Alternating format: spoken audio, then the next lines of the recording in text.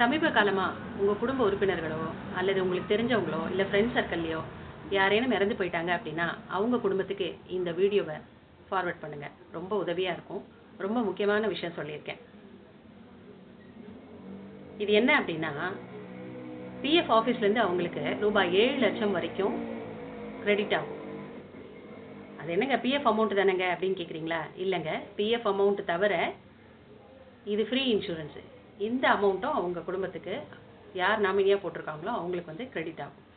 அதுக்கு நீங்கள் form fill up பண்ணி பிஎஃப் ஆஃபீஸில் சப்மிட் பண்ணணும்.